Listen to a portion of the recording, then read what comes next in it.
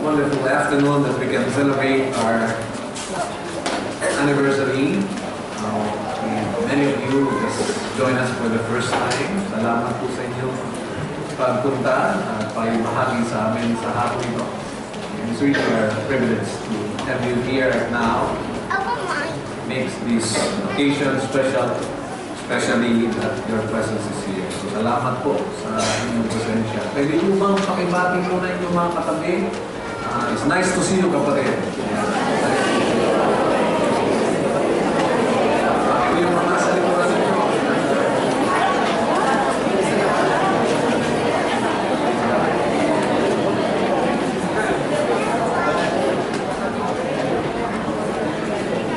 Meron pa kung mga upuan sa harapan. You happen to be standing and we need some chairs.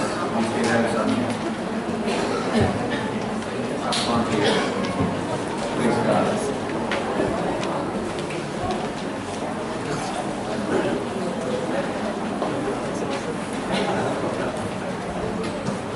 Okay.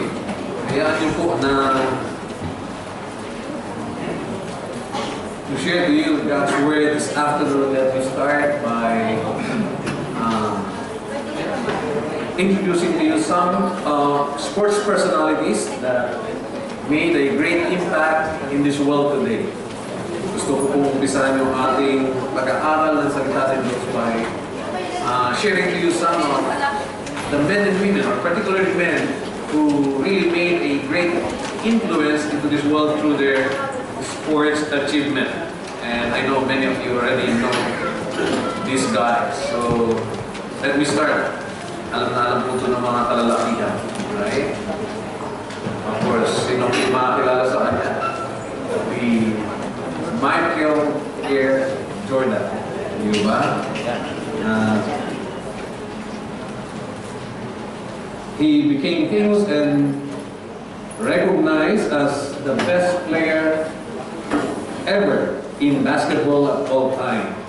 Okay, he made their team, the Chicago Bulls, to win 6 championships and won 5 most valuable player for himself. That's why even now his impact is being felt by the basketball community.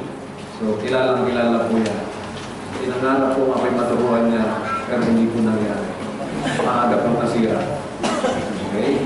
The next guy, I don't know if you're familiar with this guy, is Usain Lightning Bolt. He's known to be lightning because he is recognized as the fastest man alive today. Why? He holds the record for the 100 meters and 200 meters sprint. Yung kanyang 100 meters is, I think, is in 9.58 seconds. So, tumakbo siya ng ganung kabilis. That's why you can see in this image that he's been compared to a leopard, because that's the fastest animal, a leopard, and they tried to gauge the time clock of this animal, and they said that they have the same speed. Okay, Usain Lightning Bolt or cheetah, I think. Okay, so kaya kinikilala po even now. Still is the fastest man in the world. He won 11 times in World Championship. Ganun po siya kabilis, mga kapatid. The next guy is none other than soccer man, the famous Lionel Andres Messi. Okay, he became famous because he's the only guy who won 5 FIFA Ballon d'Or awards, and in spite of his size, medyo maliit po siya. Because as early as, I think, 10 years old, it was found out that he has a problem, a growth hormone deficiency. Okay, may problema po siya sa kanyang height. Kaya even now, but imagine that this guy is now considered as the best and the greatest football player in the world today. Okay? And then, of course, ito yung aking naging bodyguard. None other than Mike Tyson. Yeah. He is called as the Iron Mike Tyson. Medyo na bigay ko kagad yung surprise. Okay? He's the youngest man who won the heavyweight champion of the world in boxing, unifying all the belts. Sa kanya po nangyari yan. Okay? And he is known as the baddest man on earth. Lahat ng mga boksingero, when he was in his prime years, ay takot na labanan siya. Because everyone, I think, if I'm not mistaken, there were at least 12 to 15 opponents who were down and knocked out for the first round by this guy. So small and yet powerful. And the last guy, napakita ko po yan, surprise sana, but none other than Conrado Big Boy Iba. He called himself as the cutest guy or play instructor for just one day. Hindi mo kasama yung mga kapatid. So wala medyo itong content. Except for this last guy, this man actually holds the record and broke the records in their own field of sports and considered to be winners in the eyes of the world. And this afternoon, I would like to share to you that even the Apostle Paul is a sports fan by himself. Yung pong alagad ng Panginoon Kristo na pangalan ay Apostol Pablo ay isa ring sports person.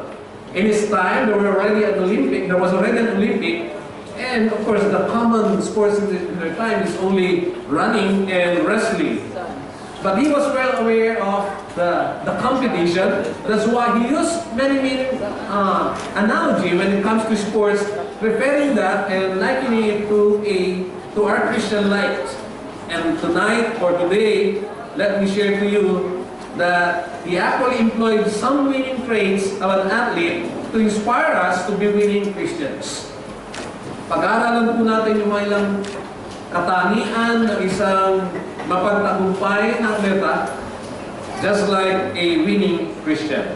Alright? So, that's why I titled God's message this afternoon as the winning Christian. And our passage is found in 1 Corinthians chapter 9, verse 19 to 23. And I'll be requesting everyone to please rise again in honor of the reading of God's Word.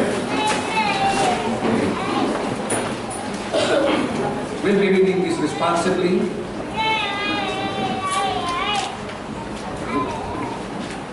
Alright.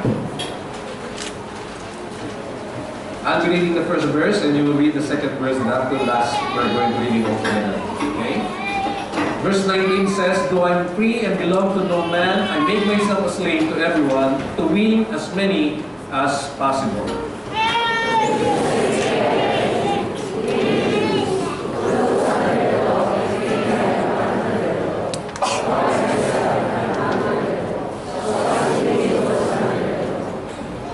Those not having the law, I became like one not having the law.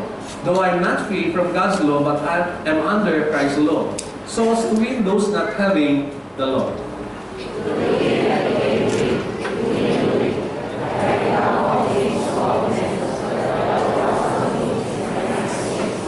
All together, I do all this for the sake of the gospel, that I may share in its blessing. Praise be to the reading of His word. Tayo muna tayo makakapunan. So what are some of the traits that we can learn from the Apostle Paul that will help us and enable us to be winning Christians? Diyan po sa ating outline, you'll find in our program, okay, our outline for this afternoon, the first thing that you'll learn is that a winning Christian knows how to give up. A winning Christian knows how to give up. Pakisabi po natin, give up. I'm not referring to giving up as if surrendering or quitting a fight or a game. And I say giving up, it means a sacrifice or a willingness to pay the price in order for us to win.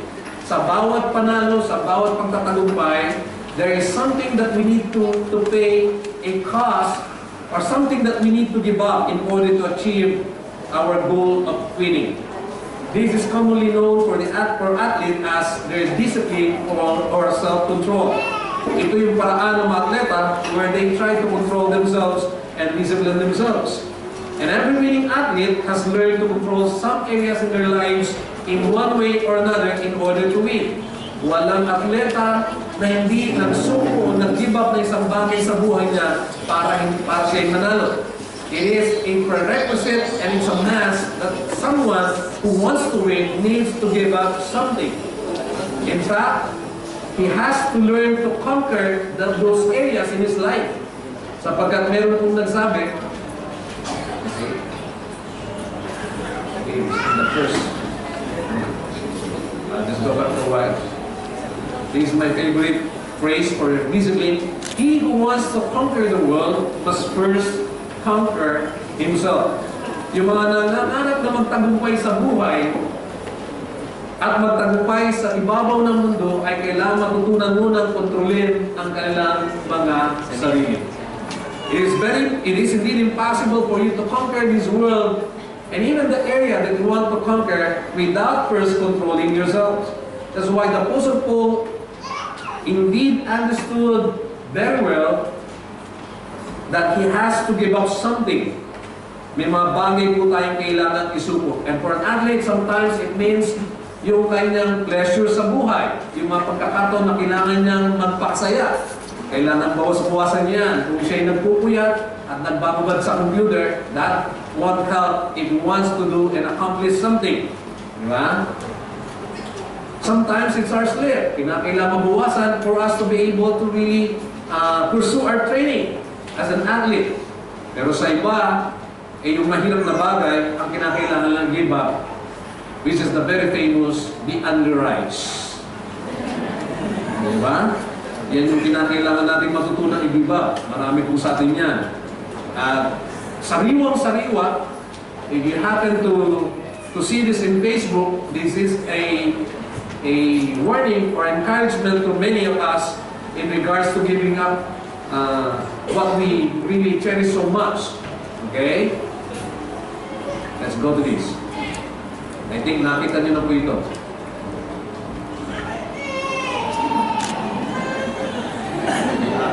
Ano daw po yung announcement na yan? Mag-diet na sapagkat malapit na pubahan ang per kilo pamasahe. When this was posted, marami hong umaray. I don't know if you're one of them, pero ano kaya mangyayari kung talaga sukatin per kilo ang pamasahe? Talaga yata mag-gastos ano? That's why you have to start dieting. In the case of the Apostle Paul, it was his rights that he needs to give up in order to win two groups of people. In his time, he was trying to win as an apostle to the Gentiles. He was already exercising his right sapagkat ang mga Gentiles po ay hindi naman talaga bound by the law of the Jews, so wala siyang problema dyan. But it so happened that he also wants to reach out for his people who actually are Jewish, and so they had to observe Mosaic law, the law of Moses. And in observing that, he has to bound himself doon sa mga perspective ng mga tao ito and ma-deprive siya ng kanyang karapatan bilang isang malayang tao, as a free man, just to win those two groups of people. This is something that the Apostle Paul has to give up in order to win those group of people. Mga kapatid, the Apostle Paul knows that he cannot win them unless he learns to give up his rights. Now the question is, if you want to win somebody, what is the right or what is that something that you have to give up? Ano kinakailangan mo isuko at i-deprive sarili mo upang mapanalunan mo yung nais mong makamit na pagtatagumpay? Again, nobody wins without giving up something. Pwede ko bang pakinggan mo kapatid kung sabi, kapatid, ano ba kailangan mo isuko? Sige na. Ano ba kailangan mo isuko? Kailangan mo isuko mga soft drinks. Isuko ang chicheria para magbawas-bawas naman. So that's the first thing that we learn from some principles that the Apostle Paul is teaching us about a winning athlete. They know how to give up. But secondly, a winning athlete knows how to give in. Pakisabi po natin, give in. What does it mean to give in? It means Anong kinakailangan mong gawing adjustment sa buhay mo so that you may be able to connect with people and be able to reach out to them? Yung kinakailangan mong i-give up them to give in to their ways or their expectations, so much so that you are able to connect and win them and lead them to the Lord. Again, in dealing with both the Jews and the Gentiles, Paul was willing to adjust his life, his habits and lifestyle in order to be relevant and connect with them. It doesn't mean that he needs to compromise the Word of God or the essentials of the Word of God. Hindi mo parang isang hunyango si Pablo na magbabago-bago at kinaisuko niya yung mga prinsipyo na kanyang pinangahawakan sa salita ng Diyos. No. He was referring to some of the non-essential things that he must learn to give up, especially ways and lifestyles, just to be able to start connection or connecting with people and be able to lead them to the Lord.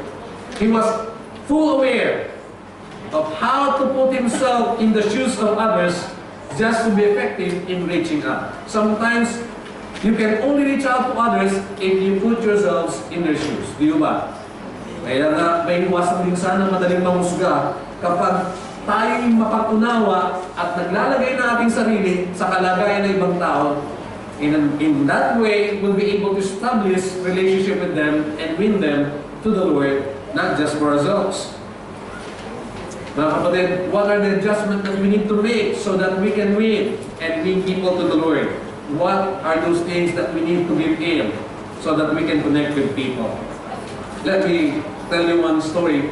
A story of two friends who happens to be coming from different religions. One is a Christian, another is a Muslim. Okay? Magkaibigan po sila. And since the Christian wants to win his Muslim friend, he invited him to be with him and join him in their church, to attend their church.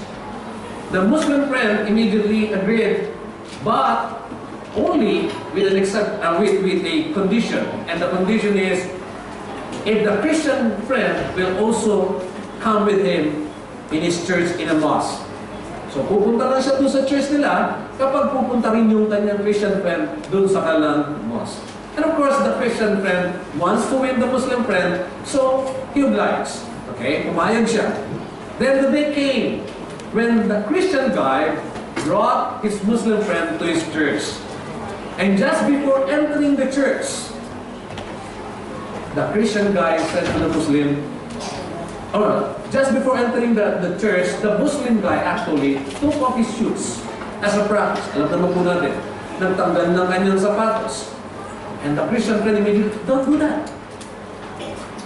You're going to lose your shoes and will not find it again. So the guy was forced to wear his shoes again. Immediately after they finished the church, they went to the mosque, and this time, the Muslim brought his friend, the Christian friend. And when they're about to enter the chapel, the Muslim friend said to the Christian guy, please take off your shoes. Oh, no, I might lose my shoes. And the Muslim said, don't worry, there's no Christian here. Minsan mga kapatid, in order to win people, we need to be wise. We need to know how and what to give in order to be relevant in winning people to Christ. Kailangan marunong po tayo mag-adjust to be able to win them to the Lord. So that's the second thing. You need to give up, you need to give in. And the third thing is that you need to give all. Pakisabi po natin, give all. Okay. What do you mean? It means giving everything. Okay? Giving what you've got. Everything that you've got. Let me tell you that many characters in the Bible have given their all to God and become winners in the eyes of God. Sa Biblia po, marami kayong makikitang karakter na isinuko at binigay nilang lahat sa Panginoon, and they became winners in the eyes of God. One of the famous guy is none other than Abraham, who happens to have only one son, Isaac. And yet when he was asked by God to offer his son just to test his faith, hindi mo siya nagdalawang isip at isinuko niya yung isa niyang anak sa Panginoon. And because of that, God said, because of what you did, I will bless you and bless your sons. You will have many, many sons and daughters. He was indeed blessed because Abraham gave his all to the Lord. In the New Testament, you'll find several characters like the man or the woman, a widow who offered everything to the Lord, just a penny. One time the Lord Jesus Christ was watching who's going to give in the temple. Alright? This widow has nothing but only a penny. Maraming pumapasok sa simbahan, nagbibigay ng malaki. And yet, this woman was commended by the Lord. You know why? Because Jesus said, you see, what they were giving were just part of what they owned. But this woman had nothing but only a penny, and yet she gave everything to the Lord. And she was really pleased, or the Lord was really pleased unto what she did. Then there's that woman who anointed the Lord Jesus Christ with a very expensive perfume. Some scholars would say that that woman was actually Mary Magdalene, who happens to be a prostitute, and everything that she really gained from being a prostitute, she bought a very expensive perfume. And when there was an opportunity, because she happens to experience the forgiveness of the Lord Jesus Christ, when there was an opportunity to show her gratitude to the Lord, she went and took that opportunity, broke an alabaster jar, and poured the perfume on the head of the Lord Jesus Christ, even washing his feet. And you know what the Lord Jesus Christ did? Jesus said to the disciples, wherever the gospel is preached, what the woman has done will always be told in memory of her. Ano man, saan man ipangaral ang Ebanghelyo, ang ginawa ng babae ito ay laging alalahanin para sa kanya. Again, these are just some of the characters in the Bible who gave everything to the Lord, who gave them all, na sa ganun sila'y maging nakalulugod sa paningin ng Panginoon. And yes, they were considered to be winners in the eyes of God. Mga kapatid, just as a successful athlete gives everything he got in order to win a game, the Apostle Paul also do whatever it takes to win people to Christ. Malinaw po sabi niya, I have become all things to all men, so that by all possible means I might save some. You see, there were no reservations. Ang sabi niya, I have become all things. Hindi mo yung 50% lang ibibigay ko. Hindi po. Lahat ng effort binibigay niya so that he might be able to win people to the Lord. And some of you here are actually athletes or who love sports. You know that when somebody gives his everything, lalo na kapag tight ang competition, you expect that those people or that guy will win the competition. In fact, sabi natin, di baling matalo as long as you give all that you've got. Di ba? Di baling matalo basta binigay mo ang lahat ng kaya mo. In fact, sa buhay mga kapatid, one of the things that we're going to regret is that when we were at certain point in time, we had the opportunity to give our best and yet we did not. Those are the times that we regret. Amen po ba? Diba? Kaya nga minsan yung napapakanta, kung natapos ko ang aking pag-aaral. Yan yung mga kanta na hihinayang mga kapatid. Di ba? Kung ginawa ko lang sana yung pinakamainam and the best, I have given my best, then I could have this wonderful opportunity to excel more. Again, even in competition, they know the importance of giving everything and giving your all in order to win.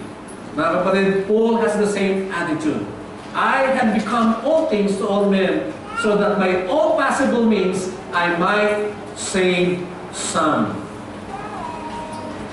Kung meron ho kayo dapat matutunan kay Pablo, simple lang ang kanyang kasabihan.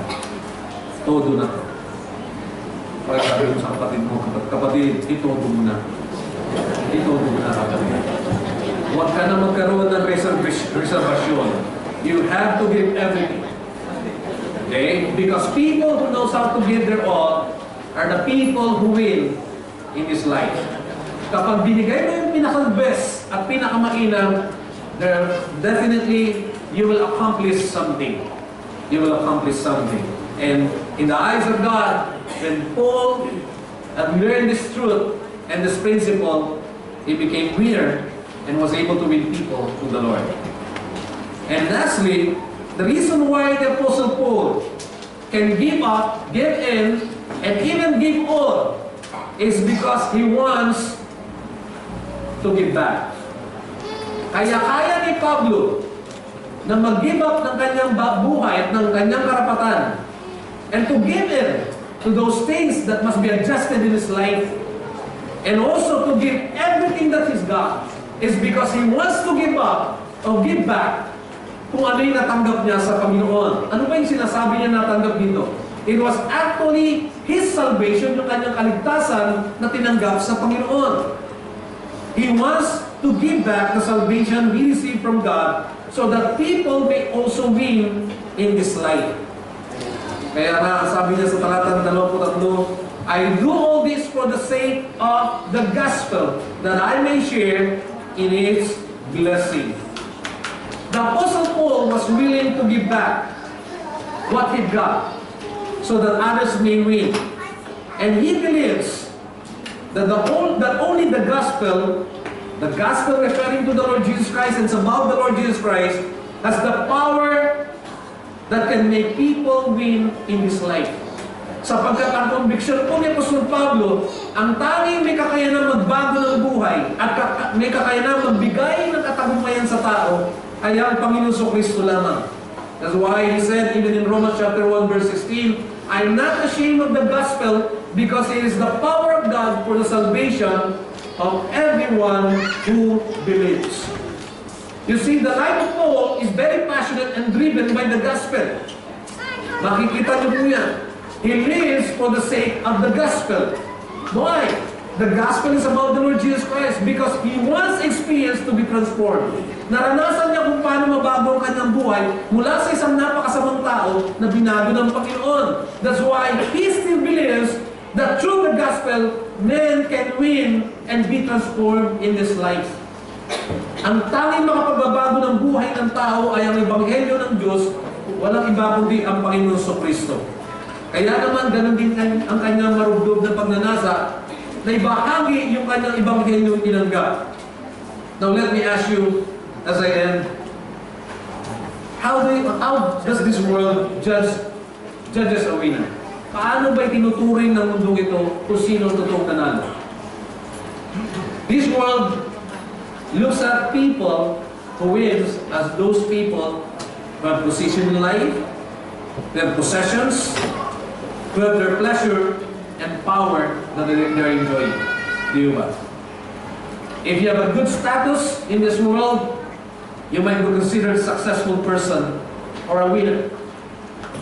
But the Bible looks at them differently. You know why? We are reminded by the Lord Jesus Christ, what good does it make for people to win the whole world yet lose their own soul? Ano mapapala ng tao, mapasa kanya man ang buong mundo, pero mapahamak naman ang kanyang kaluluwa? You may have everything in this life, but without Christ and without experiencing eternal life, then you're still a loser. Malinaw ko sabi niyan, what good does it do for people to win the whole world, yet lose their own soul? Mga kapatid, huwag po tayo magkamali. You want to win this life? It's not through your position and possessions, not through the power or pleasures that you can enjoy. You can only experience, indeed, the joy and meaningful life if Jesus is at the center of your heart, of your life. Kaya nga maganda po yung paalala sa atin ng Panginoon. What does it do for people to win the whole world yet lose their own soul? Let me share you one story to end up. There was a king who had all or everything that he would have in this world. Nasa kanya ng lahat. Pero ang pinakamahalaga sa kanya at pinakamasarap niyang karanasan is always to laugh. Okay? Ang dami niyang tinatamas sa buhay, nasa kanya ng lahat, but there's one thing na gustong-gusto niya at hindi pwedeng mawala sa kanya. At yun yung mapasaya siya at tumawa. So during one feast in his palace, he invited a joker, a jester, okay, seemingly a clown, parang sa panahon natin ngayon mga stand-up comedian, right? Just to entertain him. And the joker put a wonderful show, a comical show, that he has ever done para mapaligaya yung hari. Even the point of losing his own self and being like a grateful in the eyes of the king. So the king indeed laughed like he never did laugh before. Talagang sobrang kagalakan ng hari, napasaya nung joker yung hari. Ano po? Sa sobrang kasiyahan ng hari, he took a small stick and he said to the joker, I want you to look for someone who's better than you. Someone that is worse than you. A greater fool. Sabi na parang mas mukhang loko-loko kaysa sa'yo. And gave the stick to him. Maghanap ka ng tao mas mukhang loko-loko at mas mukhang, sa Tagalog po mas mukhang tanga kaysa sa'yo. At bumalik ka sa akin. Okay? Bigay mo itong stick na ito sa kanya. If you ever find him. Because the king just wants to laugh. After many months have passed, the king happens to be in bed and sick, and it was actually worse. He was about to die, and he asked for one more show. And he asked the joker to come again and perform. And again, the joker performed a tremendous show just to make the king happy and laugh for the last moment of his life. And after the joker finished, he asked and requested from the guards, can I have a short time with the king, a personal talk? Request po ng joker dun sa guardia. Pinagbigyan po siya ng guardia at kinausap niya yung hari. Tinanong niya yung hari, King, you are about to die, you're passing this world anytime now. Do you know where you are going? Alam mo ba kung saan ka pupunta pagkatapos na mamatay ka? The king sadly responded, really, I don't know. Then the joker suddenly pulled the stick and gave it to the king. And the king said, why are you giving this stick to me? I told you to give it to the worst and the greatest fool that you'll ever find in this world. Yes, my king, I found him, and it's you. The king was shocked. And the joker said, because you see, I'm a clown. I'm a comical clown. I'm a joker. I play with things. But you know what? You play with the most important issues in your life, which is actually eternity. You have not prepared for it. That's why you are the worst and the greatest fool who ever lived in this world. Mga kapatid, meron nung kasabihan. A man may go to heaven without health. A man may go to heaven without wealth. A man may go to heaven without fame. A man may go to heaven without a great name. He may go to heaven without learning. He may go to heaven without earning, without culture, without beauty, without friends, and without 10,000 other things. But he can never go to heaven without Christ. Mga kapatid, pwede kang pumunta sa langit nang wala ang lahat ng bagay na to, pero hindi ka makapunta sa langit nang wala si Kristo. You know why? Because the Bible is very clear. He who has the Son as light. He who does not have the Son of God does not have life.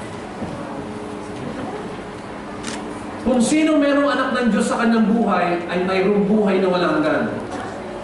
Pero wala nito ang wala ang anak ng Diyos. Mga kapatid, I may not know you personally. I may not know the challenges that you're facing today, or struggles in your life. But one thing is sure. Isa lang sigurado po.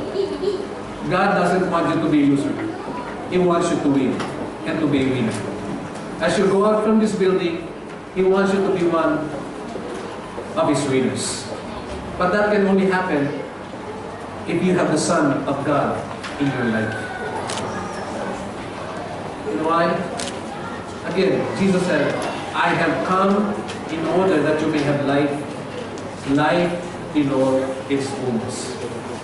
Are you looking for a meaningful life? You'll never find that in this world. Life in this world is unfair. But God is good. Jesus has been provided. He is your key to a meaningful life because He came for that life so that we may enjoy it and we may have its fullness. Church, let's be a winning Christian by learning to give up, to give in, to give all, and to give back what we have received from the Lord. Pwede ho ba? As we end, I will look at your neighbor again and smile says, kapatid, you are a winner in Christ. You are a winner in Christ. God bless you all. Pagpalain po kayo.